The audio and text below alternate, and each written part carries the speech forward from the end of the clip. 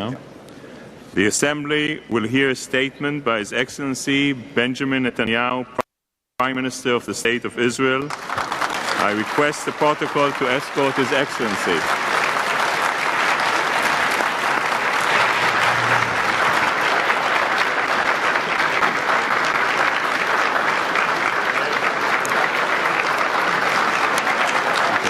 Thank you. Thank you.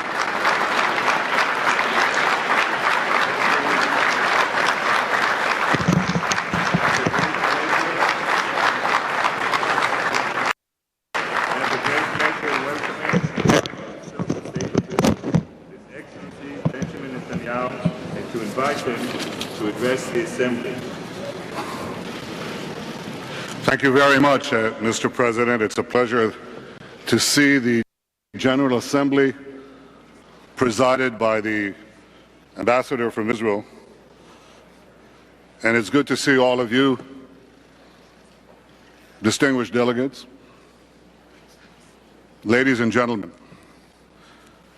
3,000 years ago, King David reigned over the Jewish state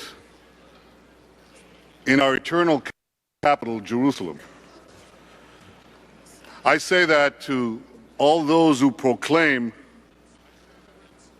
that the Jewish state has no roots in our region and that it will soon disappear. Throughout our history, the Jewish people have overcome all the tyrants who have sought our destruction. It's their ideologies that have been discarded by history. The people of Israel live on. We say in Hebrew, Am Yisrael Chai, and the Jewish state will live forever.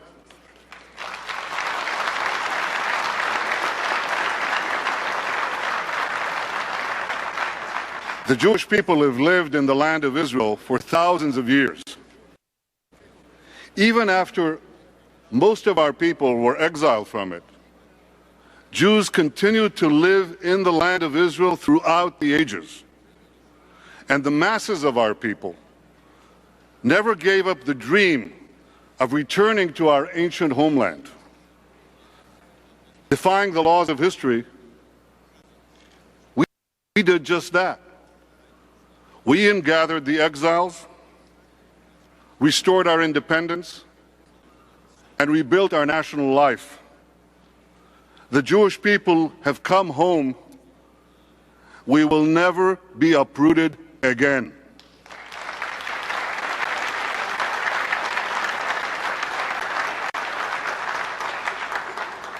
Yesterday was Yom Kippur,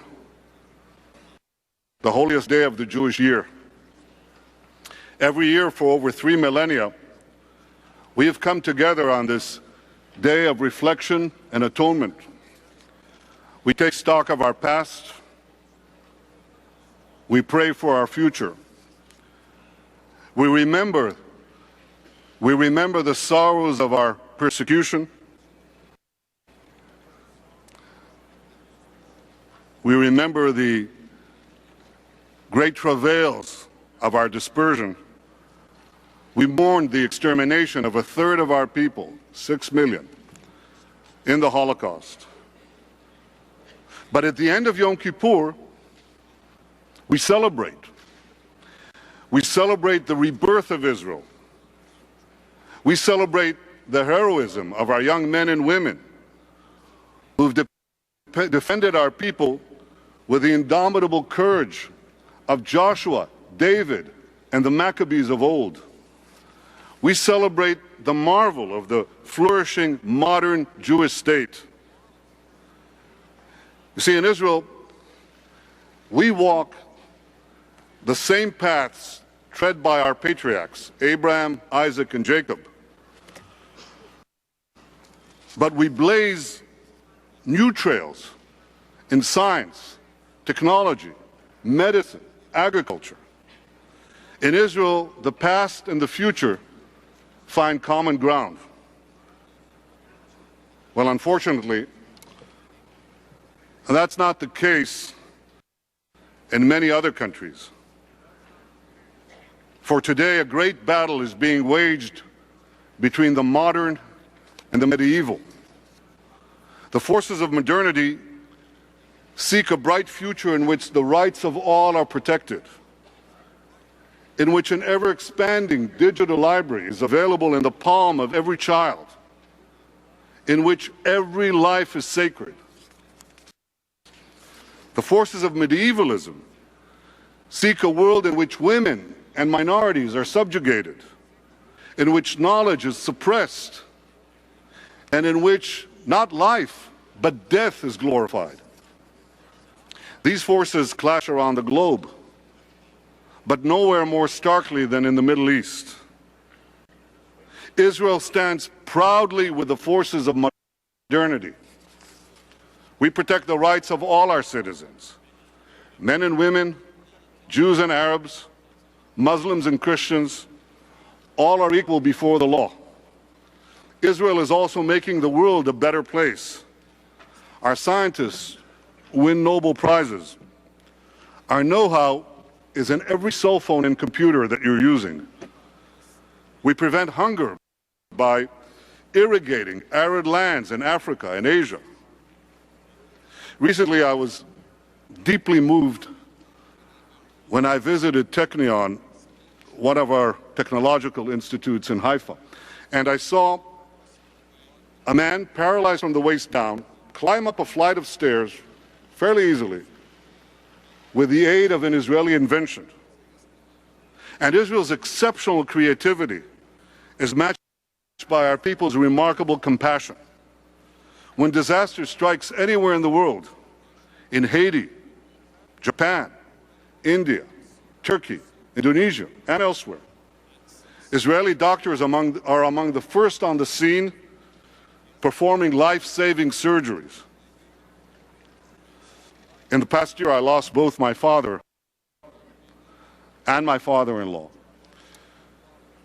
In the same hospital wards where they were treated, Israeli doctors were treating Palestinian Arabs.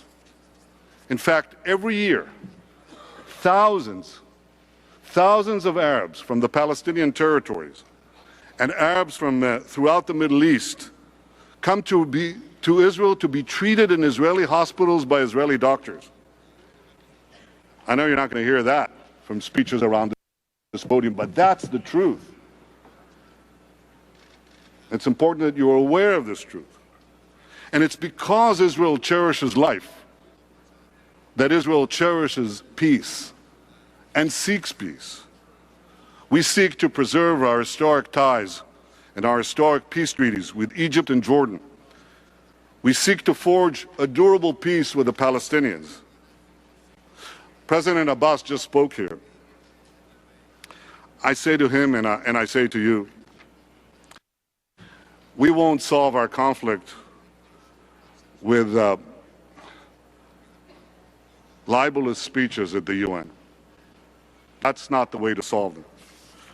We won't solve our conflict with unilateral declarations of statehood. We have to sit together, negotiate together, and reach a mutual compromise in which a demilitarized Palestinian state recognizes the one and only Jewish state.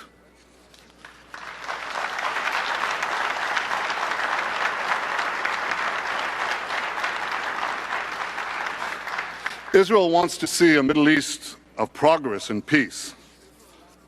We want to see the three great religions that sprang forth from our region, Judaism, Christianity, and Islam, coexist in peace and in mutual respect.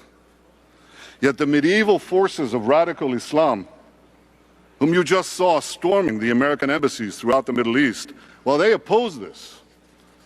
They seek supremacy over all Muslims. They're bent on world conquest. They want to destroy Israel, Europe, America. They want to extinguish freedom. They want to end the modern world. Now, militant Islam has many branches, from the rulers of Iran with their Revolutionary Guards, to Al-Qaeda terrorists, to the radical cells lurking in every part of the globe. But despite their differences, they are all rooted in the same bitter soil of intolerance. That intolerance is directed first to their fellow Muslims, and then to Christians, Jews, Buddhists, Hindus, secular people, anyone who doesn't submit to their unforgiving creed. They want to drag humanity back to an age of unquestioning dogma, unrelenting conflict. I'm sure of one thing. Ultimately, they will fail. Ultimately, light will penetrate the darkness. We've seen that happen before. Some 500 years ago, the printing press helped pry a cloistered Europe out of a dark age. And eventually, ignorance gave way to enlightenment. So too, a cloistered Middle East will eventually yield to the irresistible power of freedom and technology. And when this happens, our region will be guided not by fanaticism and conspiracy, but by reason and curiosity. I think the relevant question is this. It's not whether this fanaticism will be defeated. It's how many lives will be lost before it's defeated. And we've seen that happen before too. Some 70 years ago, the world saw another fanatic ideology bent on world conquest. Now it went down in flames, but not before it took millions of people with it. Those who opposed that fanaticism waited too long to act. In the end, they triumphed, but at an horrific cost. My friends, we cannot let that happen again. You see, at stake is not merely the future of my country. At stake is the future of the world. And nothing could imperil our common future more than the arming of Iran with nuclear weapons. To understand what the world would be like with a nuclear-armed Iran, just imagine the world with a nuclear-armed Al-Qaeda. Now, it makes little difference whether these lethal weapons are in the hands of the world's most dangerous terrorist regime or the world's most dangerous terrorist organization. They're both fired by the same hatred. They're both driven by the same lust for violence. Just look at what the Iranian regime has done up till now without nuclear weapons. In 2009, they brutally put down the protests, mass protests for democracy in their own country. Today, their henchmen are participating in the slaughter of tens of thousands of Syrian civilians, including thousands of children, directly participating in this murder. They abetted the killing of American soldiers in Iraq and continue to do so in Afghanistan. And before that, Iranian proxies killed hundreds of American troops in Beirut and in Saudi Arabia. They've turned Lebanon and Gaza into terrorist strongholds, embedding nearly 100,000 missiles and rockets in civilian areas. Thousands of these rockets and missiles have already been fired at Israeli communities by their terrorist proxies. In the last year, they've spread their international terror networks to 24 countries across 5 continents, from India and Thailand to Kenya and Bulgaria. They've even plotted to blow up a restaurant a few blocks from the White House in order to kill a diplomat. And of course, Iran's rulers repeatedly deny the Holocaust and call for Israel's destruction almost on a daily basis, as they did again this week from the United Nations. So I ask you, given this record of Iranian aggression without nuclear weapons, just imagine Iranian aggression with nuclear weapons. Imagine their long-range missiles tipped with nuclear warheads, their terror networks armed with atomic bombs. Who among you would feel safe in the Middle East? Who'd be safe in Europe? Who'd be safe in America? Who'd be safe anywhere? Now, there are those who believe that a nuclear-armed Iran can be deterred like the Soviet Union. That's a very dangerous assumption. Militant jihadists are not secular Muslims. Militant jihadists behave very differently from secular Marxists. There were no Soviet suicide bombers, yet Iran produces hordes of them. Deterrence worked with the Soviets because every time the Soviets faced a choice between their ideology and their survival, they chose their survival. But deterrence may not work with the Iranians once they get nuclear weapons. There's a great scholar of the Middle East, Professor Bernard Lewis, who put it best. He said that for the Ayatollahs of Iran, mutually assured destruction is not a deterrent. It's an inducement. Iran's apocalyptic leaders believe that a medieval holy man will reappear in the wake of a devastating holy war, thereby ensuring that their brand of radical Islam will rule the earth. Now, that's not just what they believe. That's what is actually guiding their policies and their actions. Just listen to Ayatollah Rafsanjani, who said, I quote, "The use of even one nuclear bomb inside Israel will destroy everything. However, it would only harm the Islamic world." Rafsanjani said, "It is not irrational to contemplate such an eventuality." Not irrational. And that's coming from one of the so-called moderates of Iran. Shockingly, some people have begun to peddle the absurd notion that a nuclear-armed Iran would actually stabilize the Middle East. Yeah, right. That's like saying a nuclear-armed Al-Qaeda would usher in an era of universal peace.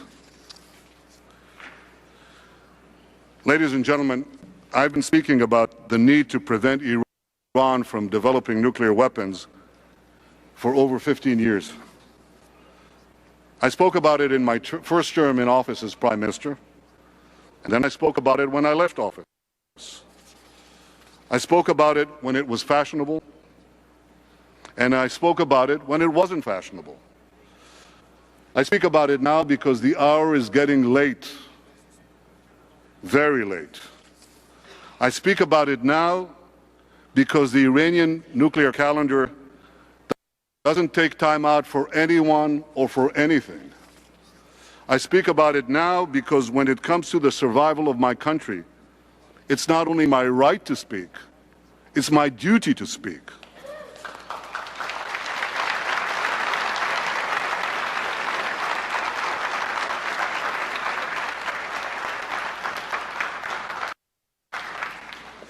And I believe that this is the duty of every responsible leader who wants to preserve world peace. For nearly a decade, the international community has tried to stop the Iranian nuclear program with diplomacy. Well, that hasn't worked. Iran uses diplomatic negotiations as a means to buy time to advance its nuclear program. For over 7 years, the international community has tried sanctions with Iran. Under the leadership of President Obama, the international community has passed some of the strongest sanctions to date. I want to thank the governments represented here that have joined in this effort. It's had an effect. Oil exports have been curbed, and the Iranian economy has been hit hard. It's had an effect on the economy. But we must face the truth. Sanctions have not stopped Iran's nuclear program either.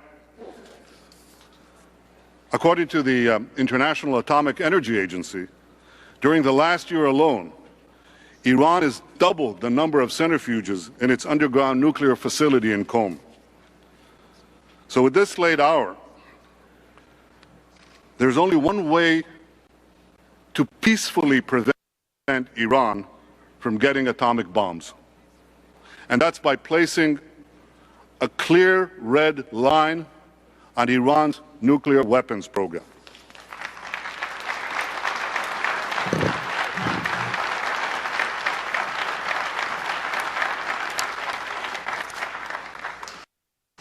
Red lines don't lead to war. Red lines prevent war. Just look at NATO's charter. It made clear that an attack on one member country would be considered an attack on all. And NATO's red line helped keep the peace in Europe for nearly half a century. President Kennedy said a red line during the Cuban Missile Crisis. That red line also prevented war and helped preserve the peace for decades. In fact, it's the failure to place red lines that's often invited aggression. If the Western powers had drawn clear red lines during the 1930s, I believe they would have stopped Nazi aggression and World War II might have been avoided. In 1990, if Saddam Hussein had been clearly told that his conquest of Kuwait would cross a red line, the first Gulf War might have been avoided. Clear red lines have also worked with Iran. Earlier this year, Iran threatened to close the Straits of Hormuz. The United States drew a clear red line, and Iran backed off. Now, red lines could be drawn in different parts of Iran's nuclear weapons program. But to be credible, a red line must be drawn first and foremost in one vital part of their program, on Iran's efforts to enrich uranium. Now let me explain why. Basically, any bomb consists of explosive material and a mechanism to ignite it. The simplest example is gunpowder in a fuse. That is, you light the fuse and you set off the gunpowder. In the case of Iran's plans to build a nuclear weapon, the gunpowder is enriched uranium. The fuse is a nuclear detonator. For Iran, amassing enough enriched uranium is far more difficult than producing the nuclear fuse. For a country like Iran, it takes many, many years to enrich uranium for a bomb. That requires thousands of centrifuges spinning in tandem in big, very big industrial plants. Those Iranian plants are visible, and they're still vulnerable. In contrast, Iran could produce the nuclear detonator, the fuse, in a lot less time, maybe under a year, maybe only a few months. The detonator can be made in a small workshop the size of a classroom. It may be very difficult to find and target that workshop, especially in Iran.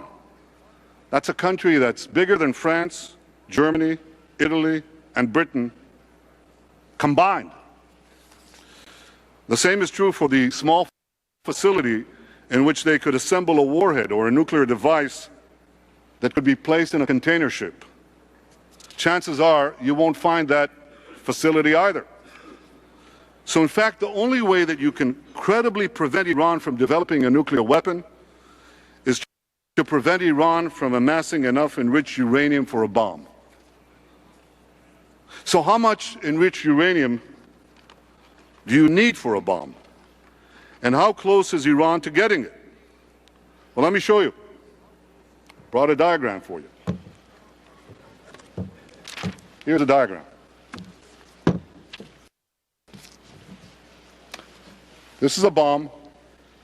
This is a fuse. In the case of Iran's nuclear plans to build a bomb, this bomb has to be filled with enough enriched uranium. And Iran has to go through 3 stages. The first stage, they have to enrich enough low-enriched uranium. The second stage, they have to enrich enough medium-enriched uranium. And the third stage and final stage, they have to enrich enough high-enriched uranium for the first bomb. Where's Iran? Iran's completed the first stage. Took them many years, but they completed it, and they're 70% of the way there. Now they're well into the second stage. And by next spring, at most, by next summer, at current enrichment rates, they will have finished the medium enrichment and move on to the final stage. From there, it's only a few months, possibly a few weeks, before they get enough enriched uranium for the first bomb. Ladies and gentlemen, what I've told you now is not based on secret information. It's not based on military intelligence. It's based on the public reports of the International Atomic Energy Agency. Anybody could read them. They're online. So if these are the facts, and they are, where should a red line be drawn? A red line should be drawn right here.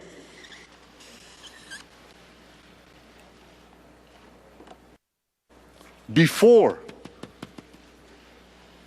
Iran completes the second stage of nuclear enrichment necessary to make a bomb, before Iran gets to a point where it's a few months away or a few weeks away from amassing enough enriched uranium to make a nuclear weapon.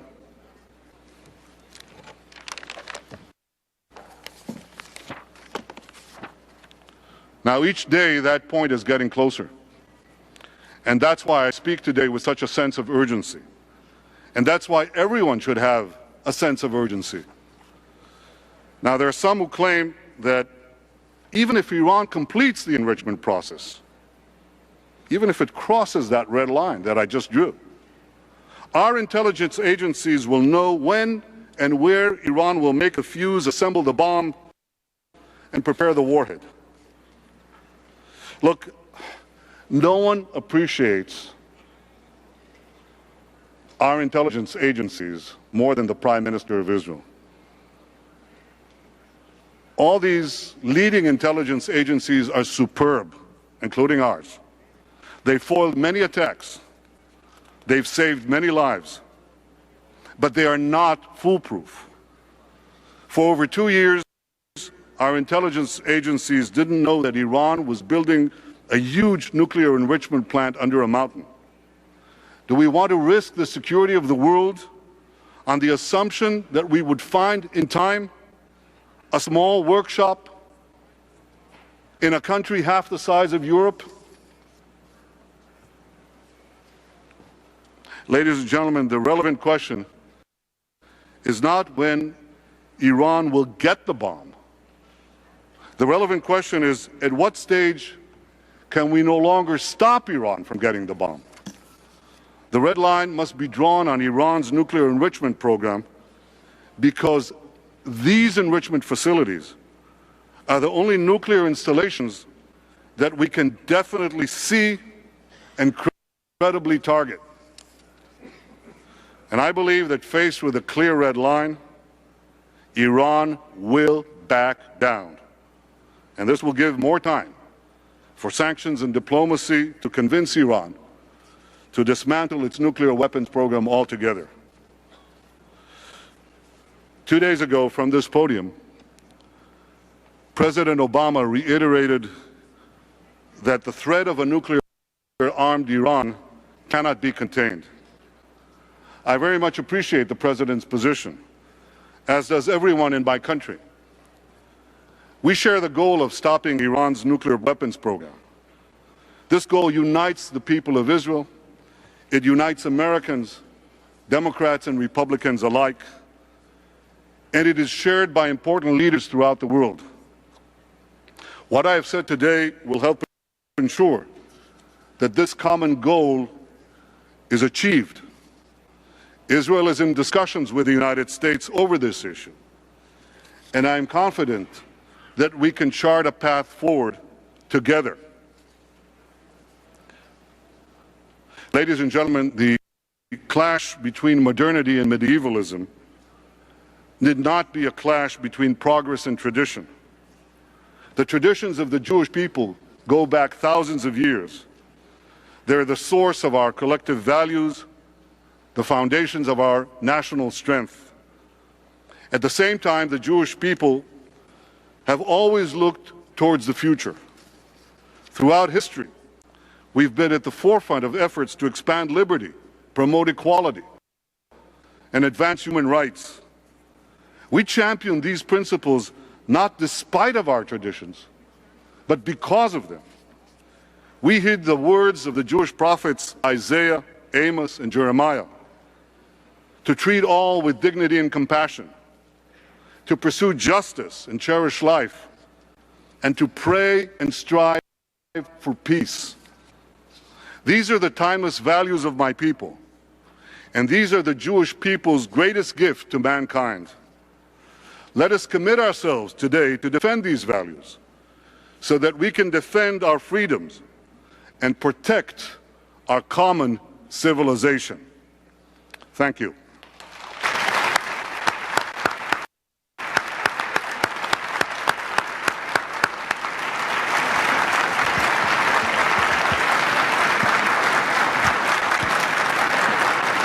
On behalf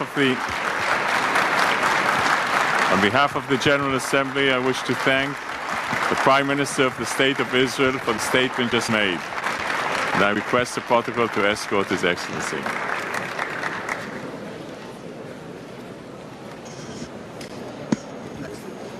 The Assembly will hear a statement by His Excellency Thomas Mutashe Tabana, Prime Minister and Minister of Defense, Police and National Security of the Kingdom of Lesotho. I request the protocol to escort His Excellency.